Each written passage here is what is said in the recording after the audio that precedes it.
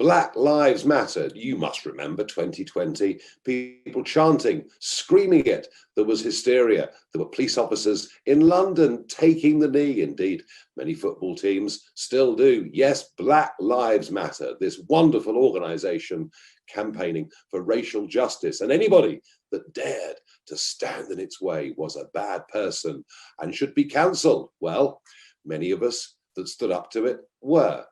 I did, because I knew Black Lives Matter from America. I knew what it swept across after the horrible death of George Floyd. I knew this was an organization I did not trust. I knew this was an organization more intent on division than it was on bringing anyone together. Well, try this for size. The accounts have been issued for 2020, a year in which the organization raised $90 million. That's right, $90 million. And much of the funding came from the usual suspects, organizations linked to Soros, which have been backing BLM for years. Much of it also coming from big corporate America, you know, the people on the West Coast, the tech giants, all of these guys. Most of it, though, coming from ordinary men and women who were taken in thinking this was a good organization. What do we learn from the accounts? Well, we learn that Patrice Cullors, who'd been running the organization for some years, well, she seems to have had a very good year because she's managed to purchase 4 real estate properties since 2020 in America, including one in Los Angeles, a nice 7-bedroom pad costing $6 million.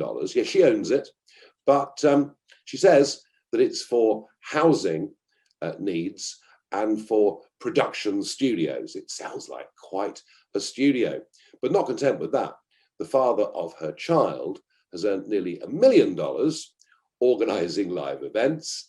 And surprise, surprise, her brother got a security contract for $840,000.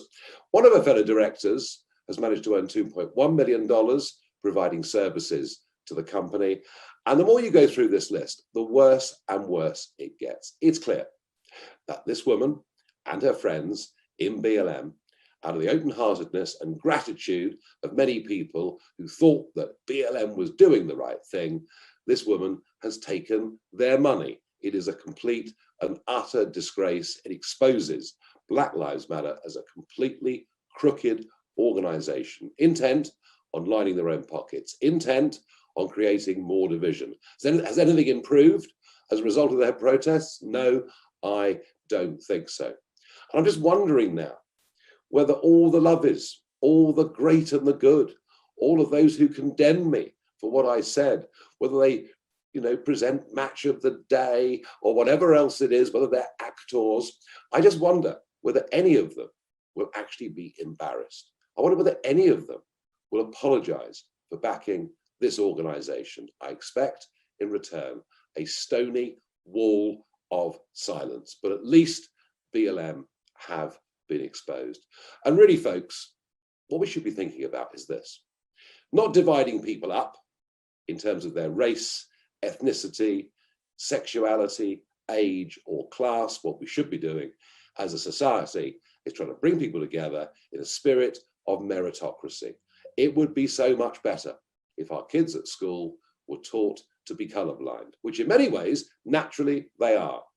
I was with a friend at the weekend who said to me, Nigel, we're probably the last generation who will look upon people as, regardless of their skin color, we'll be colorblind to all of these things.